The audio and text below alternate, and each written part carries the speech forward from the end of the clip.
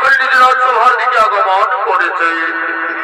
নৃত্য অভিনয় করবেন আমাদের সকল জাতি সুপরিচিত সুনামধন্য পুরুলিয়া জেলার সর্বশ্রেষ্ঠ নৃত্য স্থান বাগাম্বর সিং এর দ্বিতীয় পুত্র আমাদের সকল জাতি সুপরিচিত সুনামধন্য জনপ্রিয় নৃত্যশিল্পী